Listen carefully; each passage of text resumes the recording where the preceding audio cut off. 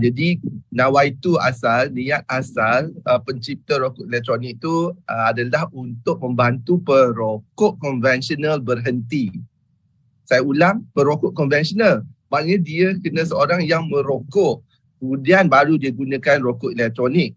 Akan tetapi isu yang saya timbulkan sebelum ni adalah sebahagian besar remaja dan kanak-kanak yang tidak pernah menghisap rokok konvensional tapi menggunakan rokok elektronik.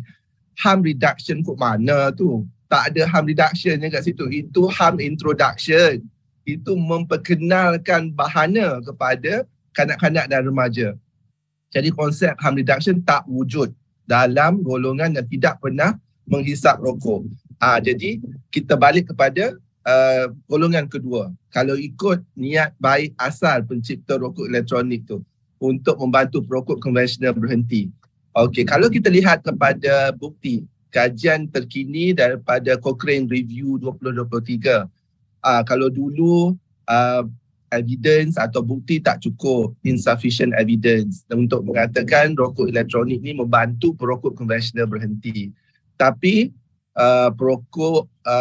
kajian terhadap penggunaan rokok elektronik bagi membantu perokok konvensional berhenti semakin bertambah dari masa ke masa, dan kini Cochrane Review yang dipanggil live review ni telah pun membuat saranan bahawa rokok elektronik bernikotin boleh membantu perokok konvensional berhenti. Saya faham bahawa jika mendapat nikotin daripada sumber alternatif, maka perokok konvensional tu akan berjaya berhenti menghisap rokok konvensional. Konsep ini kita dah lama tahu. Kita menggunakan contohnya terapi gantian nikotin, NRT, ya, dalam bentuk gums atau kujahan tu ataupun pelekat dan sebagainya. Dan ini dah wujud berpuluh-puluh tahun di Malaysia untuk membantu perokok berhenti. Kita menggunakan nikotin untuk mengurangkan gejala gian untuk merokok dan mengurangkan tanda-tanda dan simptom-simptom berkaitan dengan berhenti berokok. Jadi penggunaan nikotin adalah untuk membantu berhenti rokok konvensional. Okey. Jadi konsep ini sebenarnya adalah konsep harm reduction yang sebenar sebab menggunakan ubat yang telah pun didaftarkan, telah pun menjalani kajian klinikal, telah pun didapati berkesan dan selamat dalam jangka panjang untuk membantu perokok berhenti dengan berjaya. Okey? Jadi di Malaysia ni ubat-ubat berhenti merokok termasuklah terapi gantian nikotin didaftarkan di bawah Kementerian Kesihatan Malaysia. Persoalannya, ada ke rokok elektronik yang didaftarkan di Kementerian Kesihatan Malaysia untuk berhenti merokok? Jawapannya tiada. Tiada. Kalaulah mereka tu mempunyai bukti yang cukup untuk mengatakan rokok elektronik ni selamat, berkesan, berkualiti untuk membantu perokok konvensional berhenti, silalah daftar.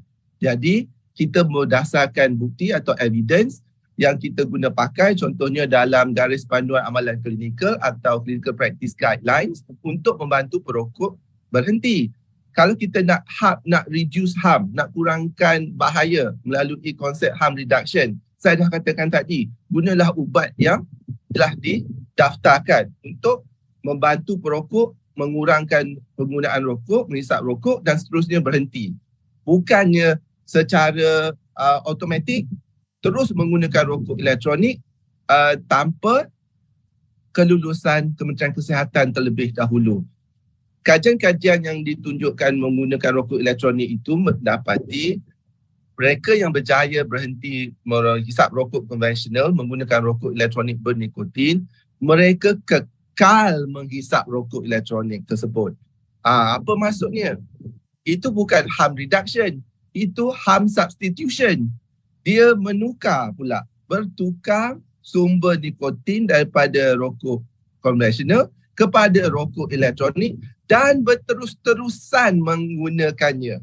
Itu bermaksud dia masih menjadi seorang penagih nikotin. Kan? Betul tak Bro Rosli? Dia masih seorang nicotine addict. Dia belum berhenti. Konsep kita menggunakan terapi gantian nikotin sebagai contoh adalah membantu perokok konvensional berhenti secara beransur-ansur ataupun secara terus untuk kekal berhenti sepanjang hayat. Ya, mungkin ada yang terhisap balik dan menjadi perokok. Itu adalah proses yang kita ketahui dengan bahan-bahan yang menyebabkan ketagihan. Ya, mereka boleh menjadi perokok berulang, berhenti hisap balik berulang-ulang sehingga dia berhenti lagi atau dia mati. Yang mana datang dulu, wallahualam. Tapi apa-apa pun yang kita lihat melalui kajian sekarang ni, mereka yang menggunakan rokok elektronik bertukar daripada rokok konvensional kepada rokok elektronik, mereka kekal menghisap rokok elektronik.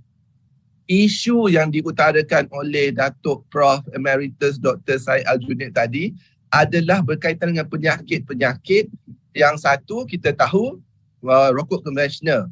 Rokok elektronik ni secara relatifnya, seperti mana kata Dr. Nur Ariana tadi, adalah produk merokok baru.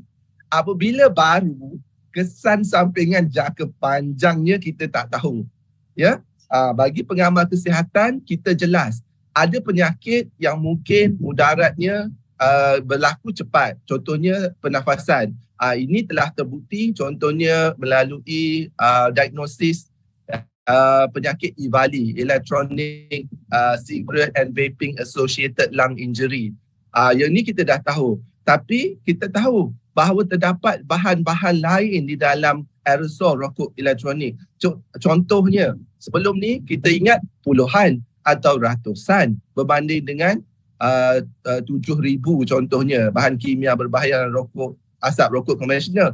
Tetapi sebenarnya melalui kajian penerbitan Tehrani 2022 mendapati sehingga 2,000 bahan kimia ada dalam aerosol atau wap rokok elektronik yang belum diketahui sebelum ini. Sebab apabila suatu cecair mengandungi bahan kimia dipanaskan, dia boleh bertindak balas dan menghasilkan sebatian atau bahan kimia lain yang berbahaya. Ya? Dan apabila dia masuk di dalam badan dalam cara yang tak sepatutnya, contohnya dia kata kita gunakan perisa buah-buahan, benda ni selamat untuk minum dan dimakan. Apa bahayanya? Sebenarnya ia selamat untuk dimakan dan diminum, bukan untuk disedut melalui sistem pernafasan, sebab sistem pernafasan kita tidak dicipta untuk menerima perisa buah ke, perisa bandung ke, perisa laici melalui saluran pernafasan. Jadi bahan-bahan ini termasuk sebatian-sebatian kita panggil minyak, ya, sebab vegetable glycerin, propylene glycol berminyak itu adalah menyebabkan radangan pada sistem pernafasan.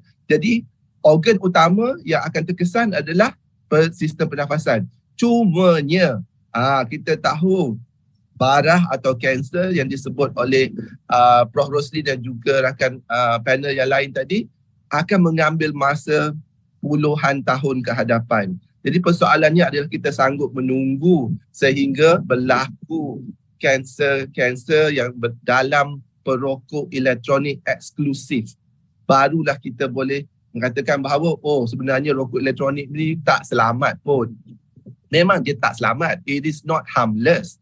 Cuma ada segolongan yang mengatakan apabila dibandingkan dengan rokok konvensional, ianya lebih selamat. Yelah, nak bandingkan dengan benda yang sangat berbahaya, apa-apa yang datang selepas tu dianggap lebih selamat. Tapi dia tidak harmless. Itulah masalahnya. Jadi konsep yang dibawa harm reduction ni silap faham atau sengaja disalah fahamkan untuk tujuan mempromosi penggunaan rokok elektronik untuk tujuan yang tertentu, terutamanya bisnes lah kan, untuk menjana pendapatan. Walaupun kalau dulu secara haram, sekarang ni saya tak tahulah secara macam mana sebab dah dicukai, dia jadi halal. Sebenarnya masih lagi merosakkan dan memudaratkan, terutamanya kepada golongan yang tidak merokok. Kalau golongan yang merokok nak harm reduction, pergilah ke klinik-klinik kesihatan seperti mana kata Dr. Nur Ariana tadi.